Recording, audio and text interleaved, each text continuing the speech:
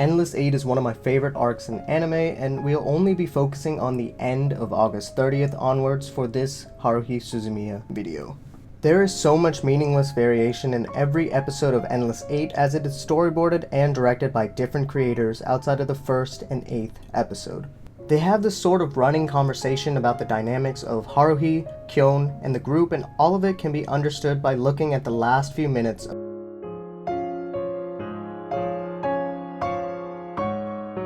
The second episode has this hazy filter, and Haruhi is completely isolated from the group, unlike the rest of the episodes where she's usually boxed inside the seat at the diner. We get the first of Kyon saying that her words are the hint, as the viewers that watch future episodes will hang on to every single word that Haruhi says. The blue haze from August 31st from episode 2 establishes this color with Kyon, and the shot doesn't move as Kyon does.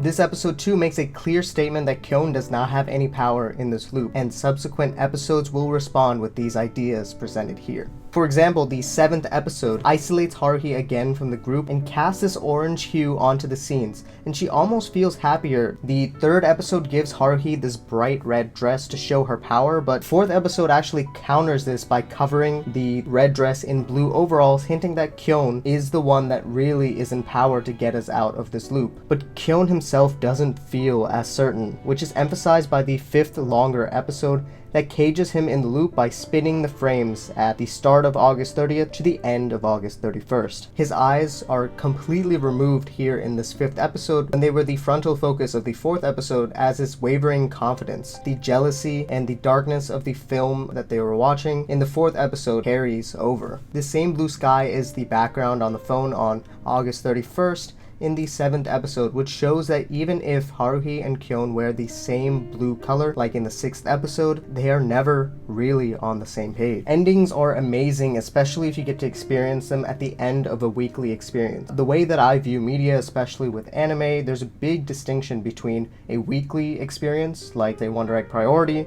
that was probably my best weekly experience of 2021, or Sunny Boy, which is also an amazing weekly experience, compared to something that hits better on a binge. And I would have loved to have this weekly experience with the Endless 8 if I had been involved with anime as extensively as I am now, as in 2009, but I wasn't. And the only way that I could really emulate that was my first time watching Endless 8. I kind of watched one episode a day to mimic, since there was no reason for me to wait 8 weeks and I have an easier alternative, which is completely different from people skipping out episodes entirely, since a lot of people skip the episodes. It is what it is. I love each and every one of them. This is just a really brief introduction for it. I'll have many other Endless 8 centric videos out probably in 2023. So I guess this is the start, or I guess this is the end of it all. I'll see you guys in the next one. Peace.